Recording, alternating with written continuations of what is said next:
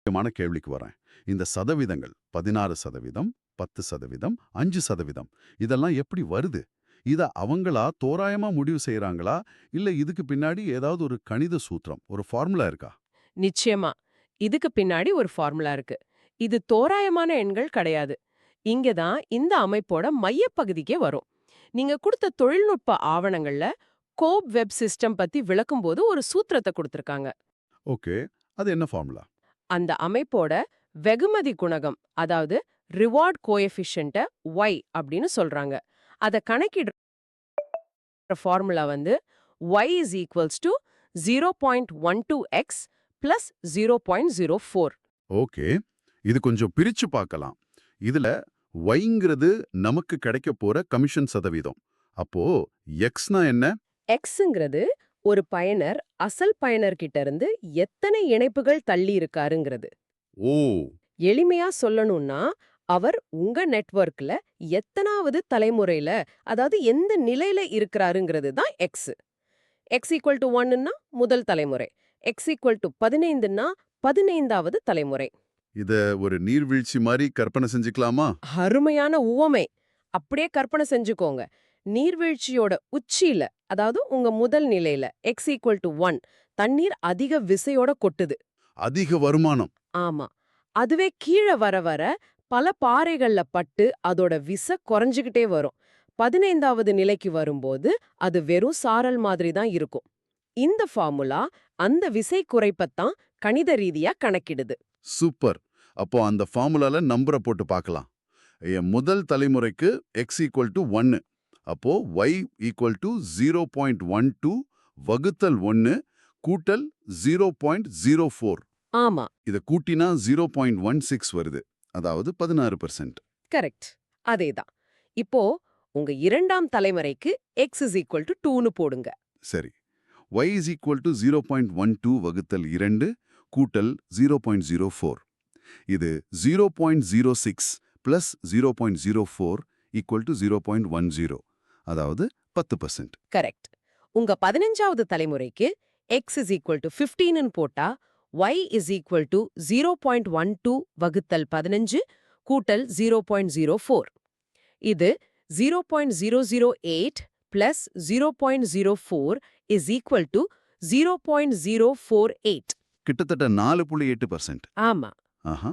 அப்போ இந்த அமைப்போட கணிதமே புதிதா ஆட்களை சேர்க்கறதுக்கு அதிக வெகுமதி அளிச்சு நெட்வொர்க் ஆழமாக போக போக வருமானத்தை குறைக்கிற மாதிரி வடிவமைக்கப்பட்டிருக்கு. இது ஒரு கிளாசிக் MLM, அதாவது மல்டி லெவல் மார்க்கெட்டிங் உத்தி மாதிரி தெரியுதே. முதல் நிலை பரிந்துரைகள் தான் அதிக மதிப்பு வாய்ந்தவை. பயனர்கள் தொடர்ந்து புதிய நபர்களை நேரடியா கொண்டு வரணும்னு ஒரு அழுத்தத்தை இந்த ஃபார்முலாவே உருவாக்குது. நீங்க விஷயத்தோட ஆணிவேரையே பிடிச்சிட்டீங்க. இதுதான் இந்த அல்காரிதமோட அடிப்படை உளவியல். ஆழத்தை விட அகலத்தை, அதாவது புதிய நேரடி அறிமுகங்களை இந்த அமைப்பு ஊக்குவிக்குது. இப்ப புரியுது. அந்த அட்டவணையில ஏன் 8% 16% அப்படின்னு ஒரு வரம்பு, ஒரு ரேஞ்சு கொடுத்திருந்தாங்கன்னு. இந்த ஃபார்முலா மூலமா வர்றது அந்த அதிகபட்ச சதவீதம். ஆனா வருமானம் அந்த வரம்புக்குள்ள ஏன் மாறுபடுது? அந்த குறைந்தபட்ச எண்ணை எது தீர்மானிக்குது? இதுக்கு வேற ஏதாவது காரணிகள் இருக்கா? சிறப்பான கேள்வி. நேரடியா இந்த ஸ்பைடர் வெப் வருமானத்துக்கானது இல்லைன்னாலும், டாவோ ரிவார்டு கணக்கீட்டுல வர்ற காரணிகள், அது வந்து ஒட்டுமொத்த தளத்தோட வருமான குணகங்கள் எப்படி சந்தை காரணிகளை சார்ந்து இருக்குன்னு நமக்கு ஒரு க்ளூ கொடுக்குது. ஓகே. டாவோ பூல் ரிவார்ட் ஃபார்முலால வெகுமதி குணகங்கள் நிலையானது இல்லைன்னு சொல்லியிருக்காங்க. அது எதையெல்லாம் சார்ந்திருக்கு? அது 3 முக்கியமான காரணிகளை சார்ந்திருக்கு. 1 எம், அதாவது டோக்கன் ஸ்டேக் விகிதம். ஒட்டுமொத்தமா எவ்ளோ டோக்கன்கள் ஸ்டேக்கிங்ல இருக்கு. சரி. 2வது டி, அதாவது கடன் விகிதம், டெட் ரேஷியோ. 3வது ஹெச், அதாவது விலை ஏற்ற இறக்கம், பிரைஸ் வாலடைலிட்டி. டோக்கனோட விலை சந்தையில எப்படி ஏறி இறங்குதுங்கிறது. அப்போ ஒருத்தரோட வருமானம் அவர் எத்தனை பேரை சேர்க்கிறார், எந்த நிலையில இருக்காருங்கிறது மட்டும் பொறுத்ததில்ல. இல்ல, ஒட்டுமொத்த தளத்தோட செயல்பாடு, எவ்வளவு பேர் ஸ்டேக் செஞ்சிருக்காங்க, டோக்கன் விலை, கடன் அளவுன்னு பல பரந்த சந்தை காரணிகளையும் சார்ந்திருக்கு. இதுதான் அந்த 8%ல இருந்து 16% வரைக்கும் வருமானம் மாறுபடுறதுக்கு காரணமா இருக்க முடியும் இல்லையா? முற்றிலும் உண்மை. இத உறுதிப்படுத்துற மாதிரி ஒரு ஆவணத்துல ஒரு வரி இருந்துச்சு. The economic flywheel numbers for spiderweb rewards are automatically calculated based on the staking rates and the operation time of the treasury. பாருங்க, கருவூலத்தின் செயல்பாட்டு நேரம், operation time of the treasury அப்படின்னு சொல்றீங்க. அது என்ன அப்படின்னா, இந்த தளம் எவ்வளோ காலம் இயங்குதுங்கிறத பொறுத்து என் வருமானம் மாறுமா? அது எப்படி வேலை செய்யுது? அது ஒரு நல்ல நுட்பமான கேள்வி. அந்த ஆவணம் அத விரிவாக விளக்கல. ஆனா அதோட அர்த்தம் என்னவா இருக்கலாம்னா, ஒரு தளம் புதிதாக இருக்கும்போது அதிக பயனர்களை ஈர்க்க அதிக வெகுமதிகளை வழங்கலாம். காலம் செல்ல செல்ல கருவூலம் ஒரு நிலைத்தன்மைக்கு வந்த பிறகு அந்த வெகுமதி விகிதங்கள் குறைக்கப்படலாம். ஓ, அப்போ தளத்தின் முதிர்ச்சியும் ஒரு காரணி. ஆமா, இருக்கலாம்னு நாம ஊகிக்கலாம். சுருக்கமா சொன்னா உங்களுக்கு வர அந்த சதவீதம் ஒரு கல்வெட்டு மாதிரி நிலையானது கிடையாது. அது தளத்தோட ஆரோக்கியம், சந்தை நிலவரம் மற்றும் காலத்தை பொறுத்து மாறக்கூடிய ஒரு டைனாமிக் எண். ஆக, இன்னைக்கு நம்ம பார்த்ததிலிருந்து இந்த ஸ்பைடர் வெப் வருமான அல்காரிதம் ஒரு சாதாரண கணக்கில்ல. இது பல அடுக்குகள், நிபந்தனைகள், மாறக்கூடிய காரணிகள்னு நிறைய விஷயங்களை கொண்ட ஒரு சிக்கலான அமைப்புங்கிறது ரொம்ப தெளிவா புரியுது. ஆமா, ஒரு பயனரா அந்த விளம்பரப்படுத்தப்பட்ட அதிகபட்ச சதவீதத்தை மட்டும் பார்க்காம, அதுக்கு பின்னாடி இருக்கிற இந்த முழு இயக்கத்தையும் புரிஞ்சுக்கிறது ரொம்ப அவசியம். அப்போ சுருக்கமா ஒரு தடவை எல்லாத்தையும் தொகுத்து பார்க்கலாம். நம்ம வருமானம் எதையெல்லாம் சார்ந்திருக்கு? நிச்சயமா.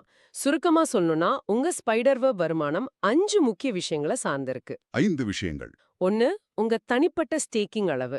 இதுதான் அடுத்தடுத்த நிலைகளை திறக்கிறதுக்கான முதல் சாவி. சரி. 2. நீங்க நேரடியா அறிமுகப்படுத்துற ஆட்களோட எண்ணிக்கை. இது 2வது சாவி. ஓகே. 3வது உங்க நெட்வொர்க்கோட ஆழம். அதாவது எத்தனை தலைமுறைகள் வரை உங்க குழு விரிஞ்சிருக்கு. 4வது அந்த ஆழத்தை பொறுத்து மாறுகிற வெகுமதி குணகம்.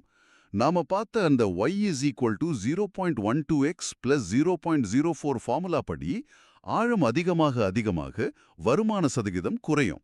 சரியா சொன்னீங்க. கடைசியா 5வது காரணி. அந்த சதவீத வரம்புக்குள்ள, அதாவது ரேஞ்சுக்குள்ள உண்மையான வருமானம் எங்க அமையும்னு தீர்மானிக்கிற பரந்த பொருளாதார காரணிகள். அதாவது ஒட்டுமொத்த தளத்தோட ஸ்டேக்கிங் விகிதம், கடன் விகிதம். டோக்கன் விலை ஏற்ற இறக்கம், அப்புறம் தளத்தோட முதிர்ச்சி. ஆமா. ரொம்ப தெளிவான விளக்கம். இது பயனர்கள் வெறும் எண்களை மட்டும் பார்க்காம, அந்த எண்கள் எதையெல்லாம் சார்ந்திருக்கு, அது எப்படி மாறலான்னு ஒரு முழு படத்தையும் புரிஞ்சிக்க நிச்சயம் உதவும். நீங்க சிந்திச்சு பார்க்கறதுக்கு ஒரு இறுதி எண்ணத்தை விட்டு